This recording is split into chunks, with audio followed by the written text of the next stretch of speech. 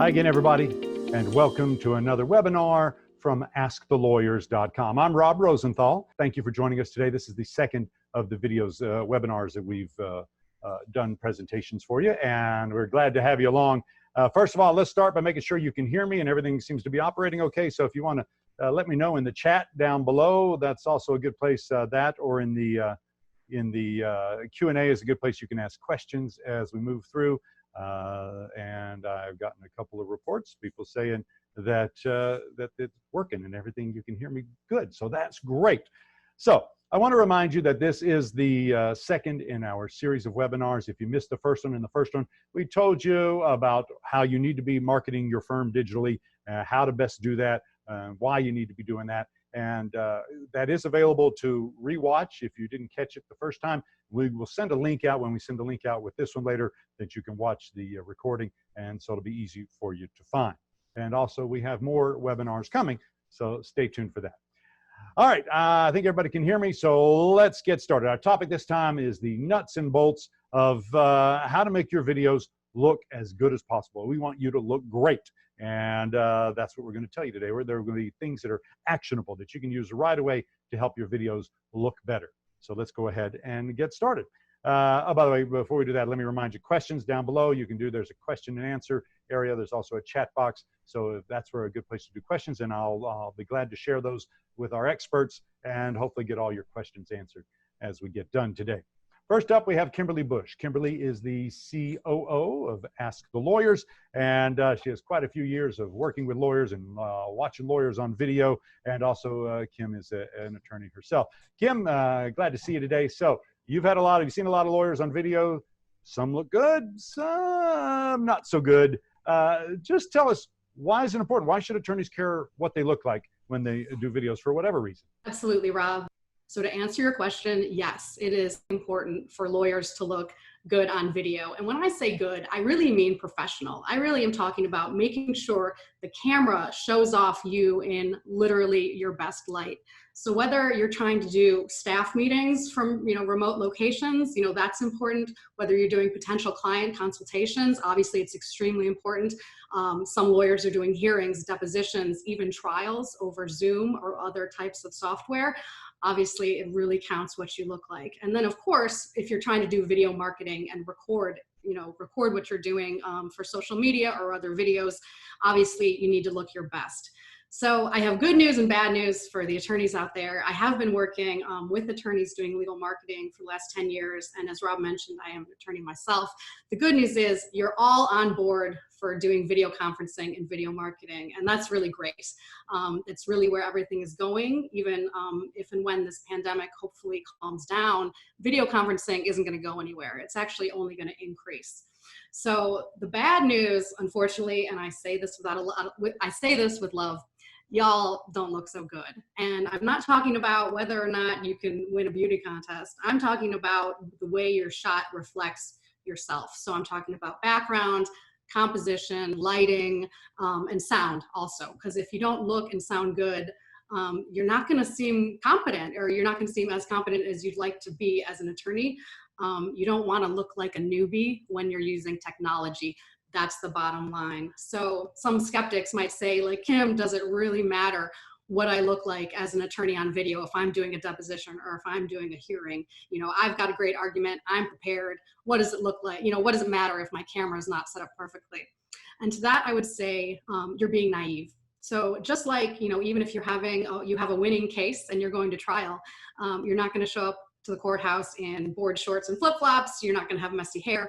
So the same goes for video. So either when you're dealing with your staff, potential clients, or judges and other attorneys, you really want to make sure the way you're presenting yourself through video reflects the professional that you are.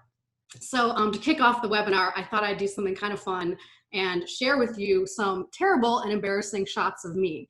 And these are really like the top 5 mistakes that I see lawyers making every day. So I'm going to do a screen share here, and if the screen share doesn't pop up in a sec, Rob, if you can just come on and let me know. But I'm going to assume right now that y'all can see it. So this is like number 5 top mistake that lawyers make. It's about lighting. And so obviously in the shot, You can see through my very dirty window, admittedly, the light's hitting only one side of my face. It puts the other side in darkness. It's not very professional looking. It's distracting at best and just doesn't look good. You don't want to look like this. I call this one the Phantom of the Opera, just like the Broadway play. You know, it's not terrible, but you could do a lot better. Number 4 of my list is also about lighting. So obviously we're going to get into where the light should be coming from.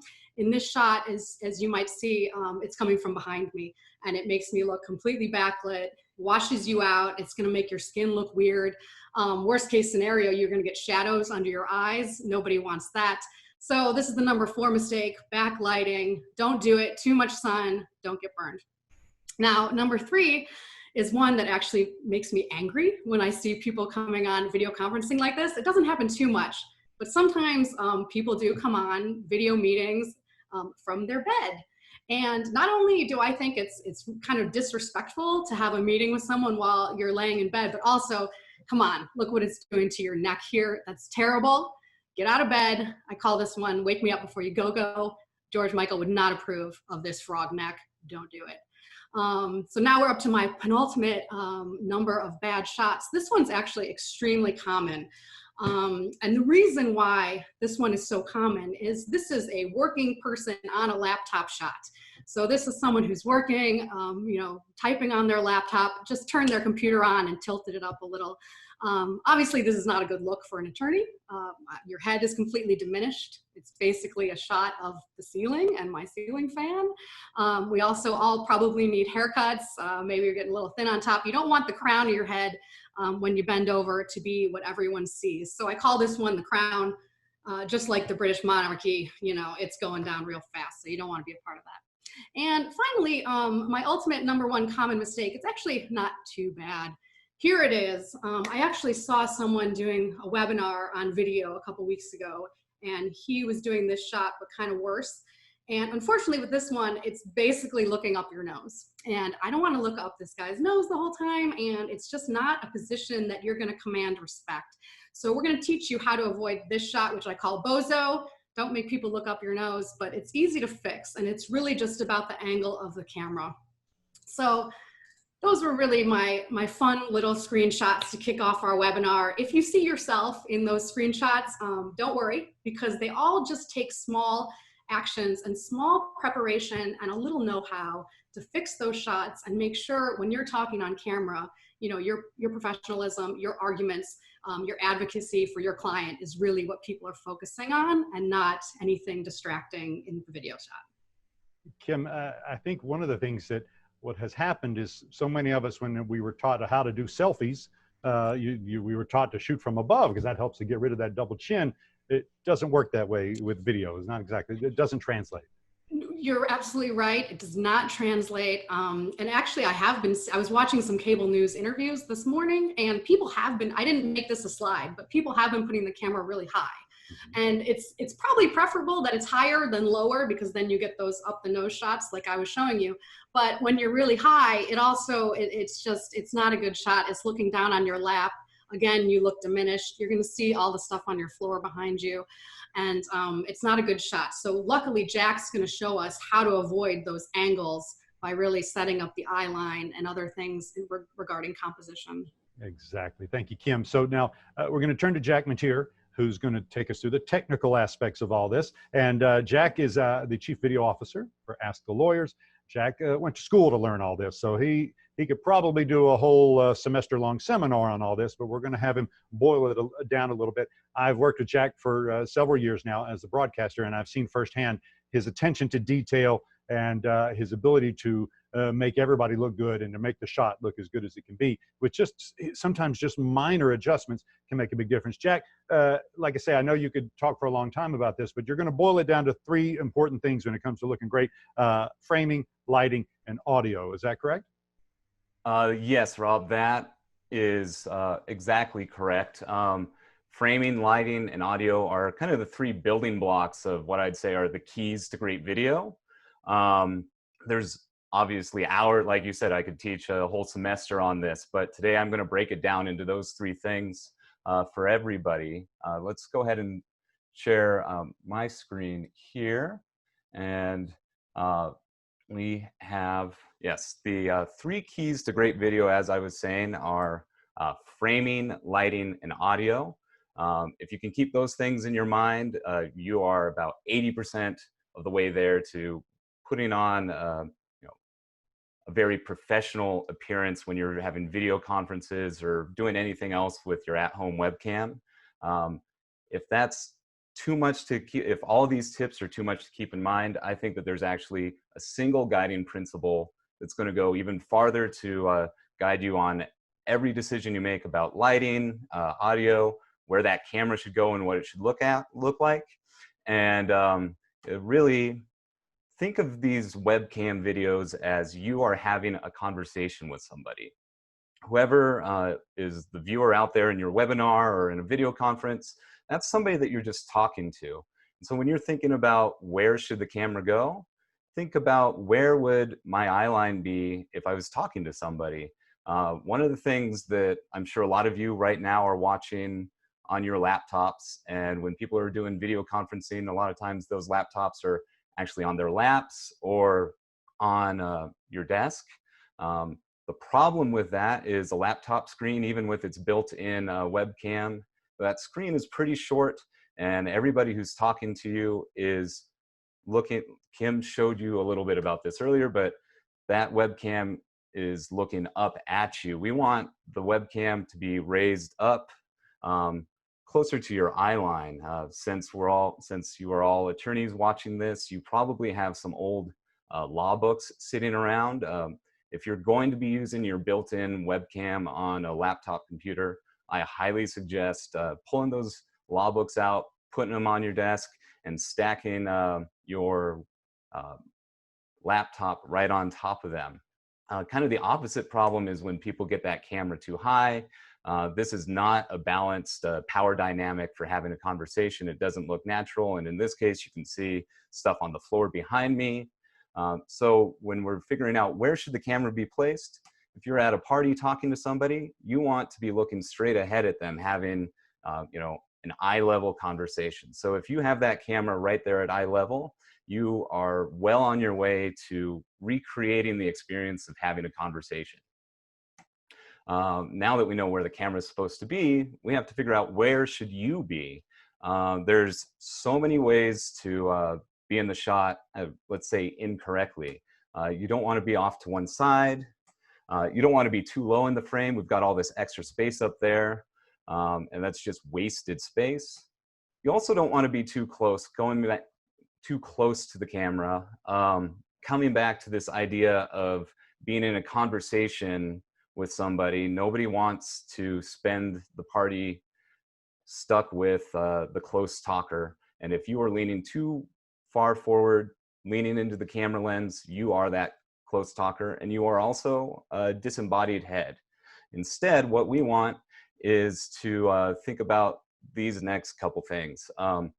Especially for a webcam setup, I think that centering yourself horizontally goes a long ways towards making it feel like a natural conversation. If you think of your screen as having a left-hand side and a right-hand side, right down the middle, these red dotted line, that is exactly where the bridge of your nose should line up. You should be dead center that way. That one might, that follows a lot of common sense. The other question, of course, is how high, how low, how far from the camera should you be? First of all, you want to be a little bit more than an arm's length away from the camera, at least with how webcam lenses are set up. That's probably a good distance. That's also about the distance you would be if you were talking to a real human being and not a piece of plastic or glass with computer chips in it. But now they have something called the rule of thirds.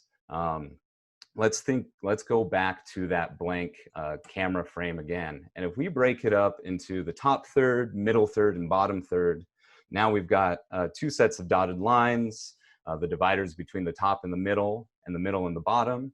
If you are framing yourself with the ideal framing for a webcam setup, your eyes should be right there on the dividing line between the top third and the middle third.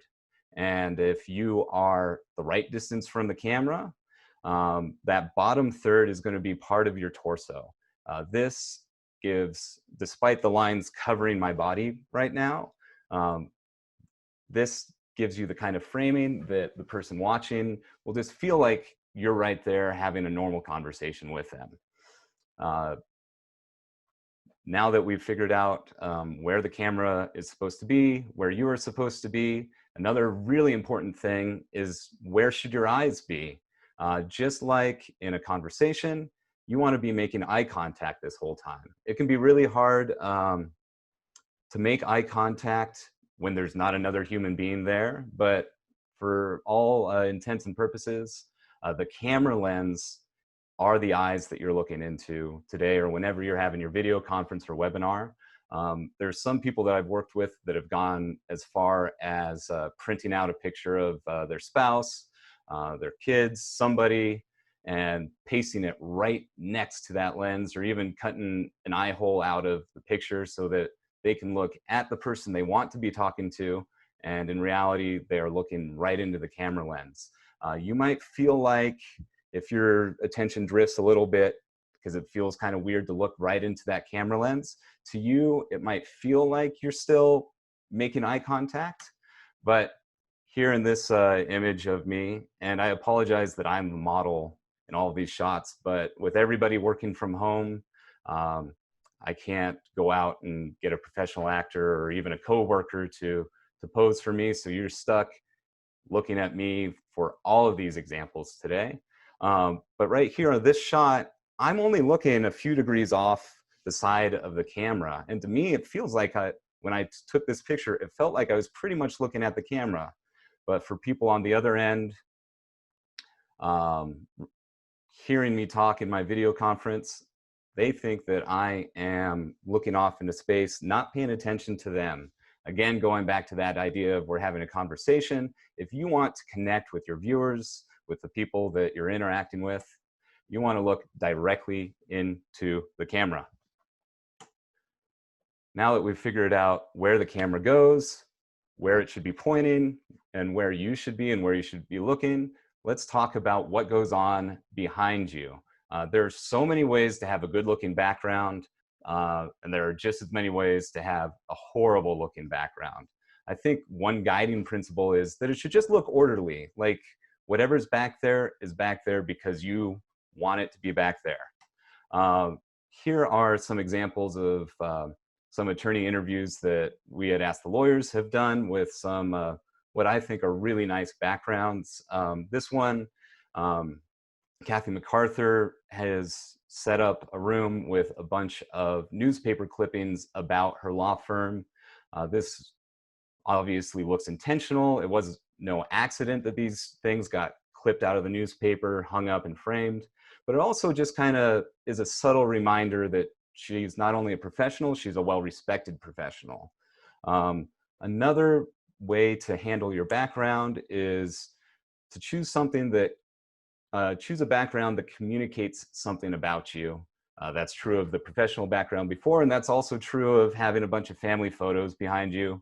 They don't have to be featured or anything, but as the person on camera is talking, the viewer will just kind of subconsciously pick up on the idea, a reminder that this is a human being with a family I'm talking to, and makes you, really that much more likable and relatable.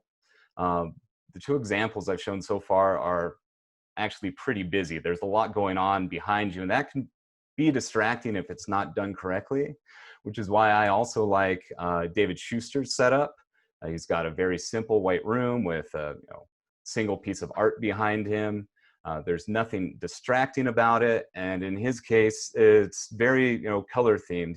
He's got a dark suit and tie with black and white behind him. I think that is very simple, and it allows the viewer to not get distracted by what's going on behind you and just focus on you and what you are saying.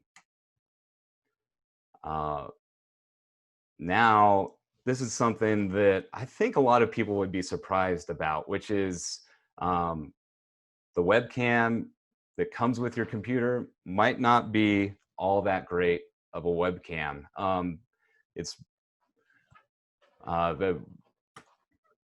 You see, most webcams are designed to be fully automatic, which means you know, they consider what the lighting looks like, what color temperature is, which is, you know, um, how orange or how blue the light is.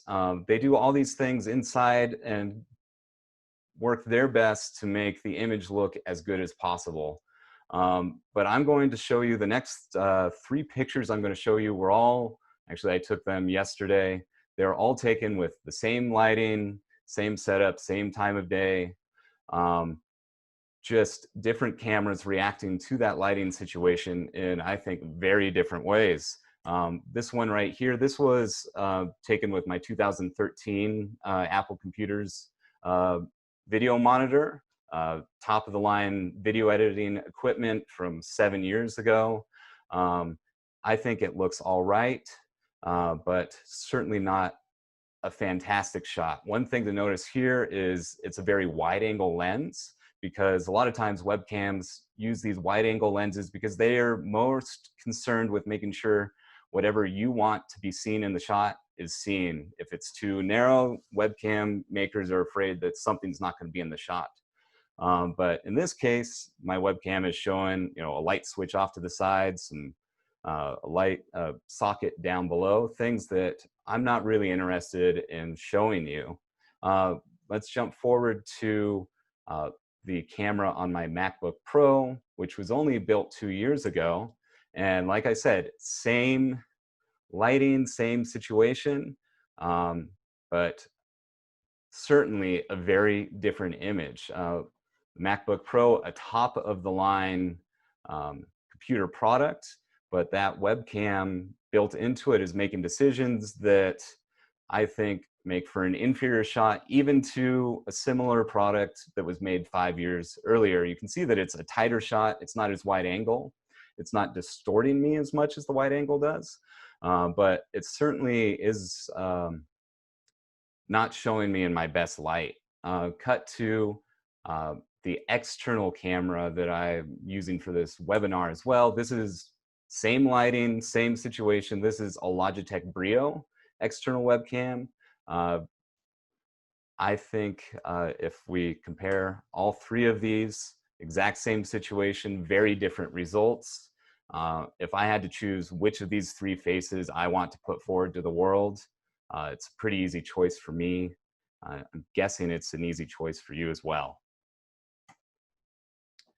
Now, I was saying a few minutes ago that all these webcams, they're designed to be fully automatic, and that's great in some ways, but sometimes they make decisions about exposure or color temperature that you don't want them to make. The Logitech Brio, that last camera that I was showing you, I think is a great example of a camera that's smart and can do exposures well on its own.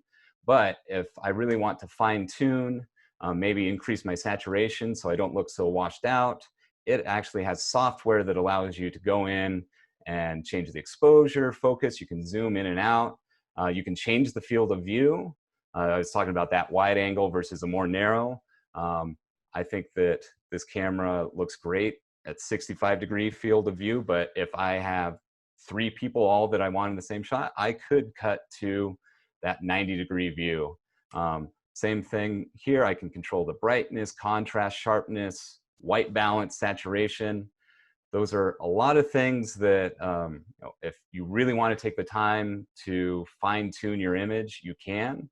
I understand that's probably not your main priority when you're trying to have a video conference, which is why it's good to have a camera that's both good automatic mode, and then if you want to take it to that next step, gives you the option to really control what your image is going to look like. I know that I have been through a lot, and I told you we were going to talk about framing, lighting, and audio today. It's probably a little bit overwhelming, but before we move on to lighting, I'm just going to review quickly. For framing, we want that camera at eye height so that you can be looking straight forward, having a conversation with the person on the other end. You want it horizontally centered so you're not off to the side. Remember that rule of thirds. You want your eyes to be about 1/3 of the way down the screen. Make sure you're looking right into that camera lens, and then put a little time into your background. Not a lot of time, just a little bit should be enough. Now that we've figured out what the camera is doing and what you are doing, let's talk about how you are going to be lit. I think going back to this idea of we want a conversation to feel, well, we want you on camera to feel like a very straightforward conversation. Natural light is good light. And what I mean by that is, if at all possible, if you can set up so that you are facing a window, so that we have you look at a camera, and then behind the camera is a window with lots of natural light coming in, hopefully indirect light, not, at sunrise with it blinding you in the eyes.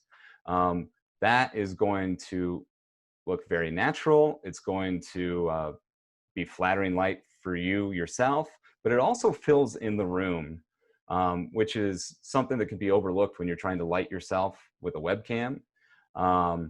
If you have a dark background and you're well lit, again, going back to the idea of these fully automatic webcams, the webcam might focus in on that dark background behind you and say, that's too dark, nobody can see what's going on back there, and it will increase your exposure, which means now the background looks okay, but you are fully blown out, you are a ghost. That's why it's really important, at least in these webcam situations, to have as much natural light as possible. Especially with us working at home, I understand not everybody can set up right there in the living room with the big picture window in front of you. So now we're going to talk about artificial lighting. How can you light yourself? Actually, I'm in my basement right now, and there are kind of some different levels of thought that can be put into how you light yourself for video conference. I think one of the natural things to do is, of course, walk in a room, turn on your overhead lights and think that's good enough, because in person, it looks good enough. But unfortunately, with how cameras work, overhead light probably is not going to be enough. It can create harsh shadows, and it can also create hot spots on the top of your head, on your forehead, and then leave your eyes looking dead. And that is not the kind of face that I want to put forward when I'm having a conversation with somebody. And so now to solve that, I think, instead of an overhead light, I need a light in front of me so it's filling my face in. And so you go over and you turn on your desktop lamp, bring over a reading lamp from the corner and turn that on.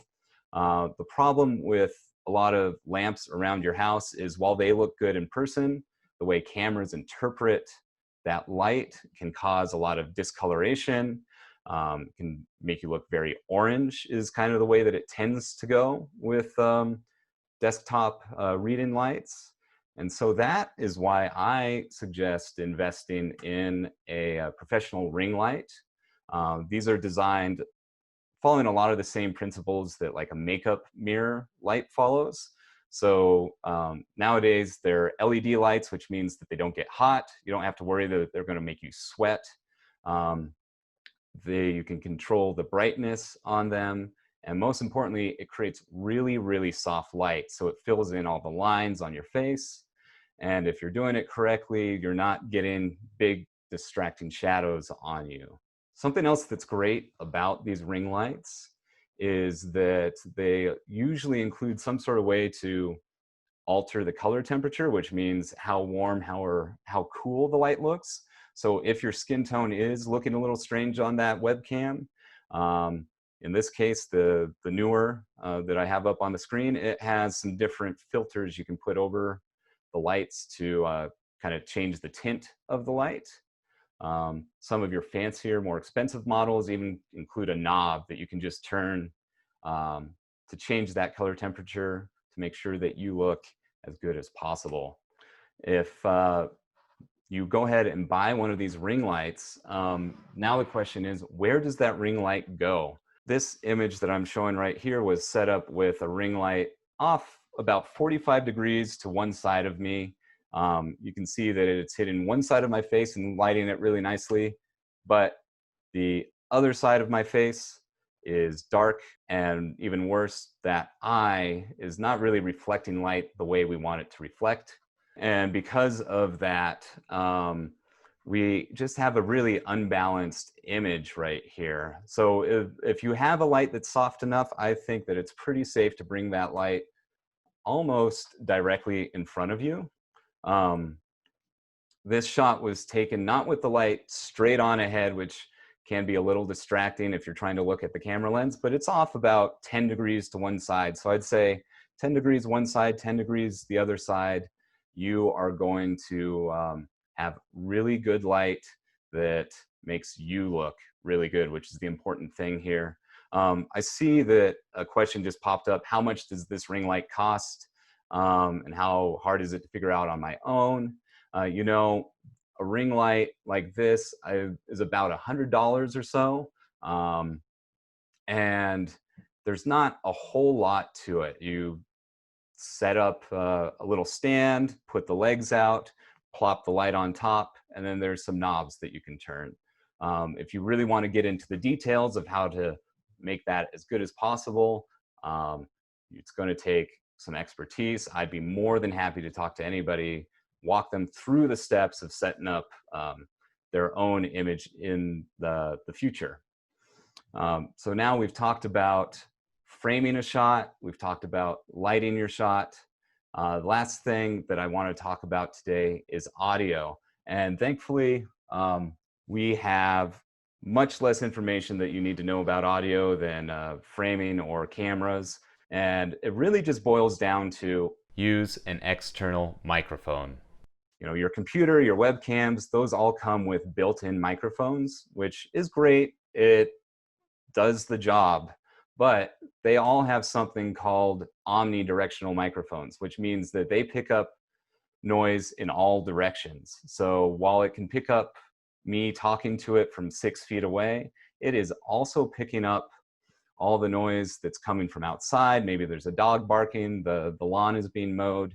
All that noise has just as equal amount of importance to that omnidirectional microphone as my voice does. Let's say that you're using that built-in microphone.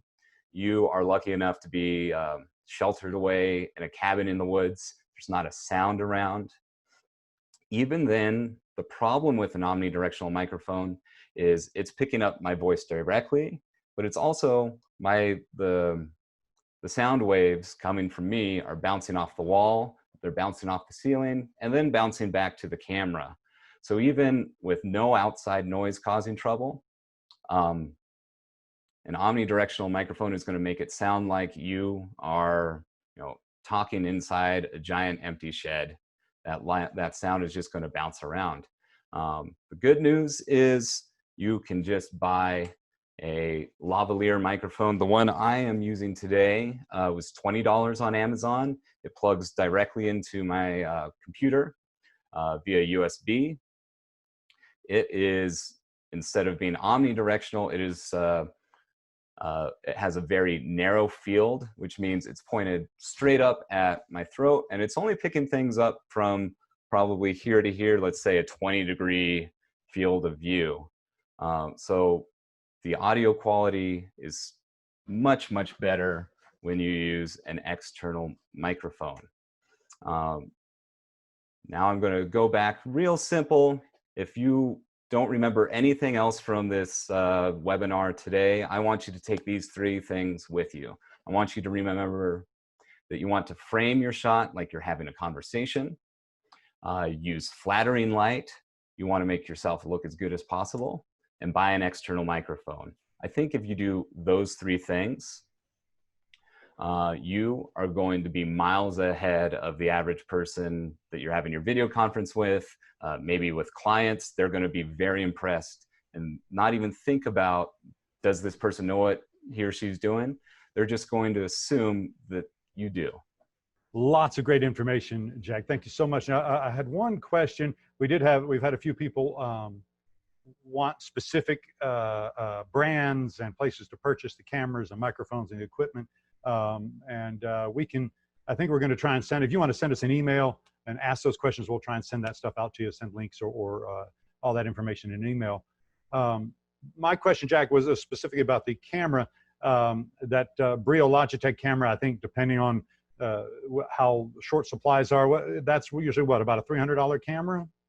Yeah, right now the Logitech, I think if you can find one, is going for about $300. 6 months ago, I think they were selling them for about $100, maybe $200. But that is a top demand camera right now. And you know, Amazon's a great place to find it, but I would encourage, if you're going to buy one of those, search the internet and you might be able to find a deal somewhere. So my question is that some people may think, well, if a $300 camera is good, a $1,200 camera is 4 times as good, and that'll be what I'm going to go for. But sometimes maybe getting more expensive and therefore more complicated may not be the best choice, right? That's a really good point, Rob. Something I didn't get into today is it is also possible to use a professional grade camera like this as a webcam. I thought about talking about that today, but first of all, that's a $2,000 camera plus all the other expenses of getting it connected to your computer.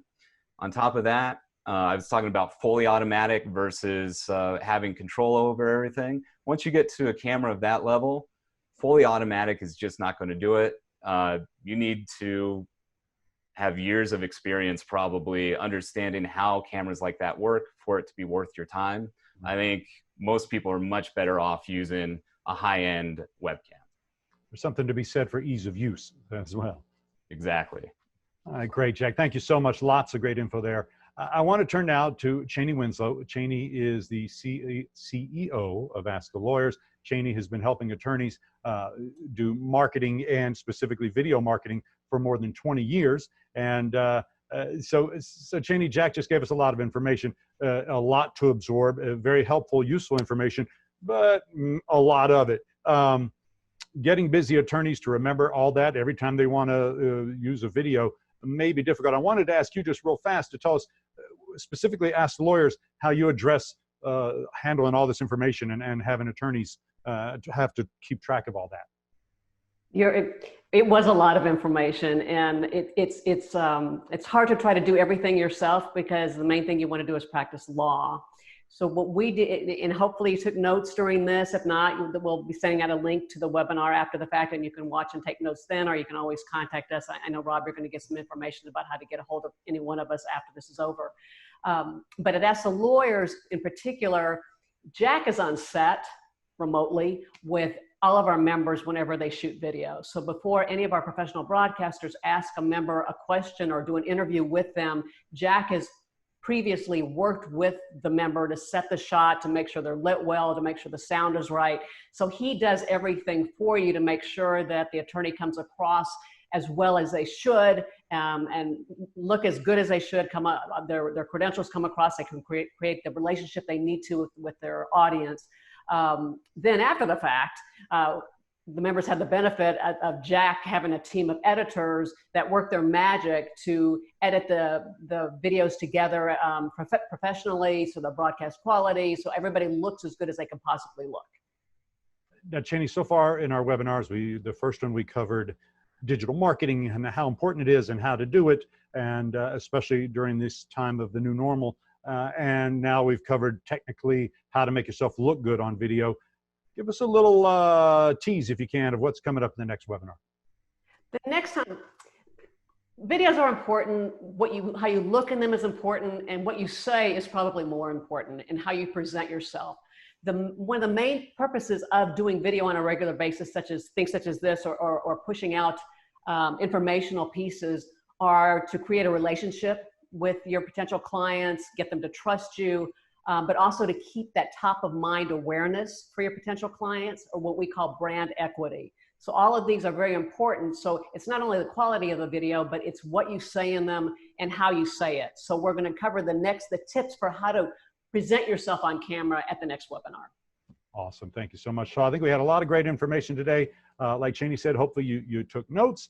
If you didn't, you can always go back and watch we record it, and we'll put it out. We'll send out a link so you can watch today's video. That's pretty much going to do it for today. I don't see any more questions at this point. If you do have questions, you can always email us. And in fact, I'm going to put up the contact information, like Cheney said, so you can email us. And if you have any questions or you want to know about about some of the equipment, specific details on that, there's the information there. You can always call us or shoot us an email. Also be watching your email, because we'll send you a link to today's webinar. Maybe you have someone in your firm or someone else you'd like to share it with, or you'd like to rewatch it, or maybe have someone take some notes from it. Also in that email, we will send you a link to the first one, so you can get caught up on that if you didn't see it. And then be watching your email for information of when we do our next webinar. Thank you so much, everybody, for joining us, and we look forward to seeing you next time. I'm Rob Rosenthal with AskTheLawyers.com.